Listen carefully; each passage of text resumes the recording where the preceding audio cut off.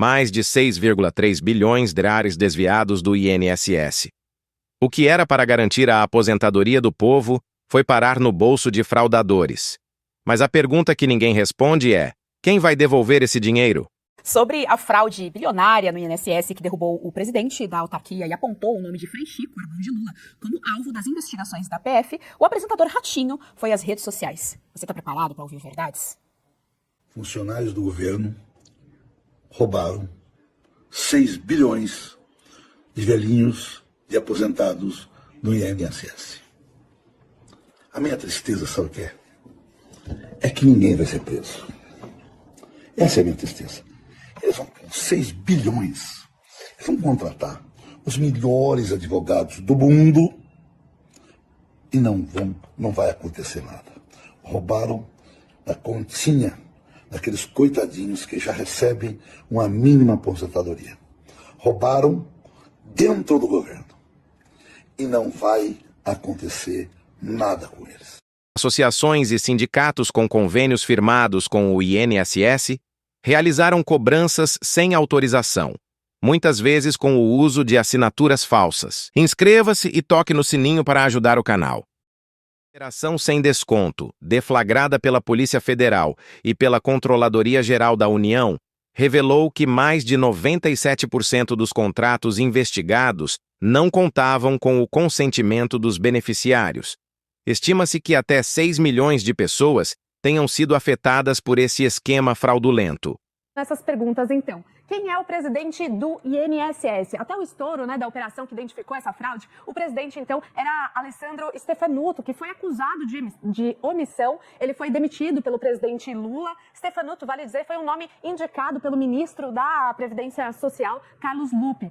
Quem roubou o INSS é outra pergunta. As investigações levantaram uma série de associações e sindicatos que vinham fazendo descontos indevidos, digamos assim, dos aposentados, mas ainda está sendo feita uma busca por nome, que é desde quando esses descontos vinham acontecendo. Aí vamos para o próximo, uma pergunta que interessa então também a muita gente. O INSS vai devolver o dinheiro dos aposentados? Segundo o governo, os valores retirados de forma indevida, serão sim devolvidos, mas a quantia descontada em maio deve ser devolvida no mês de junho. No entanto, não tem uma definição certa sobre a restituição total desse valor. Ainda está sendo estudado como que isso vai acontecer. E aí uma outra pergunta muito importante: como saber se tive o desconto indevido no INSS? Aqui é importante dizer que a consulta pode ser feita pelo aplicativo ou pelo site Meu INSS. Lá é possível acessar a folha de pagamento, verificar se há cobranças não reconhecidas, pelos usuários, e também excluir possíveis serviços que não são reconhecidos. E olha, Carlos Lupe, que preside o CNPS, o Conselho, além de representantes do governo federal, aposentados, pensionistas, trabalhadores, empregadores. O Conselho se reúne mensalmente,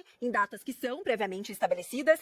Na pauta da reunião, que foi entregue antes para os jornalistas, não estava a fraude do INSS, não. Mas imagino que, como tivemos essa operação da Polícia Federal na semana passada, cumprindo 117 mandados na operação por fraude do INSS, com esse rombo bilionário de mais de 6 bilhões de reais, irregularidades somadas entre os anos de 2019 e 2024, a gente vê inclusive ali Carlos Lupe na imagem. E as investigações do desvio de dinheiro de aposentados do INSS se aproximou do agora ex-ministro Carlos Lupe. A colunista do UOL, Andresa Matais, apurou que esse foi o motivo principal que levou à saída dele do cargo. Andresa apurou ainda que os policiais apreenderam na casa de Alessandro Stefanuto, ex-presidente do INSS, afastado do cargo, elementos importantes de prova. Fontes que participam das investigações dizem que o material apreendido com os investigados é farto. E ainda há muita coisa em análise que aponta para o envolvimento de mais pessoas no esquema.